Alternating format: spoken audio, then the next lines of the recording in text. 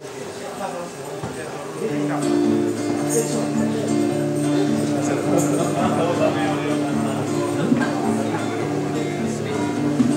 chiamavano bocca di rosa, metteva l'amore, metteva l'amore. La chiamavano bocca di rosa, metteva l'amore sopra ogni cosa. Appena scesa dalla stazione del paesino di Sant'Ilario, tutti si accorsero con uno sguardo che non si trattava di un missionario.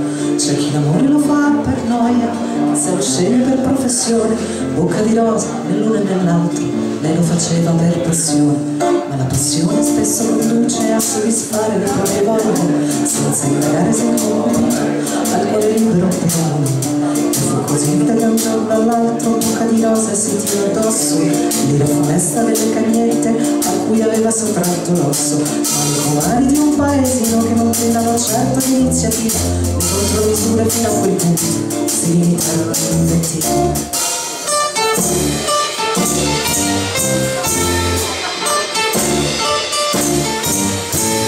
Si stanno gente da buoni consigli, sentendosi come Gesù nel tempio. Si sta gente da buoni consigli, se non può più dare cattiva stima. Se una vecchia ma è stata molto, senza figli, senza più troia, si prese l'amica di certo il gusto di dare a tutto il consiglio giusto. E rivolgendosi alle cornute le apostrofò con parole argute: il furto d'amore sarà punito, disse, dall'ordine costituito. Andarono dal commissario e dissero senza parafrasare: quella schifosa ci sono i clienti, più di un consorzio di militari. Ed arrivarono 4 gendarmi con i pennacchi, ed arrivarono 4 gendarmi con i pennacchi, con le armi.